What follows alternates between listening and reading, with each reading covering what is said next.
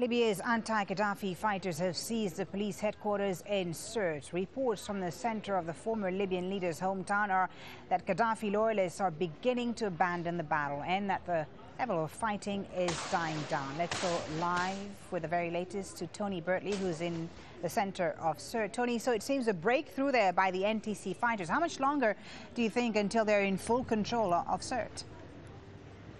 It's very difficult to say because it's very chaotic and disorganized here at the moment, because you've got three various groups of fighters coming from three different directions, from the south, from the west and from the east, and there have been some cases of this disorganization leading to injuries by friendly fire. So there's not a great deal of communication, but there's a great deal of resolve, I have to say. And this road behind me is the main thoroughfare from the south that they punched through in the last 14 hours, and that's taken them to take control of the police station. And also they're now heading for the west of the city to an area called Number 2. That's where we're told that Gaddafi's remaining forces are holed up in an area that measures about 3 square kilometers, and that's where most of the fighting is raging at the moment.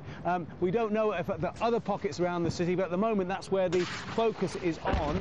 There's nowhere for them to go anymore. They're cutting off the route to the sea, and that's it. The game over is, according to the anti-Gaddafi forces, a matter of hours or perhaps days away now.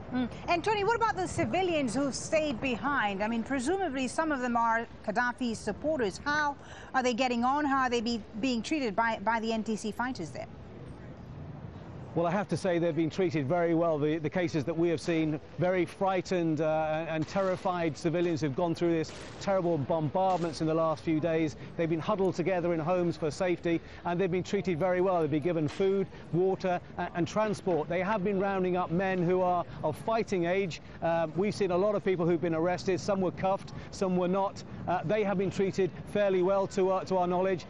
They are saying they are civilians, but of course it's a big problem, as you say, is who was a fighter and who is a civilian. According to the anti-Gaddafi forces, they say they have records, they have documents will show who was exactly who. So for now, I think they're rounding up all those people who are of a fighting age, and they will question them and wait to find the evidence. But at the moment it seems to be handling quite well. I have to say there's some looting going on. There seems to be three sort of main aims of this offensive, and that's people who want to fight, people who want to loot, and people who may have scores to settle. So it's a very fluid and chaotic situation, but I have to say that every hour another piece of this town is falling to the anti-Gaddafi forces. Okay, thank you for that update. Tony Birtley live in Sirte, Libya for us.